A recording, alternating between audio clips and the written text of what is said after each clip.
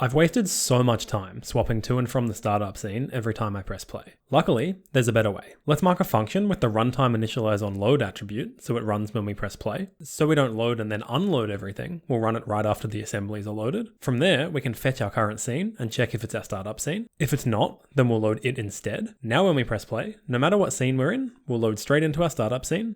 And when we exit play mode, we'll go right back to where we were. But we might not always want this to happen, so let's add an option that we can toggle. After creating a menu item function that toggles the option, and the menu item validate function that displays the option, we can change it so that we'll only load our startup scene if the option is enabled. Now when we press play without the checkbox ticked, we'll stay on our same scene, and if the checkbox is ticked, then we'll load straight up into our startup scene.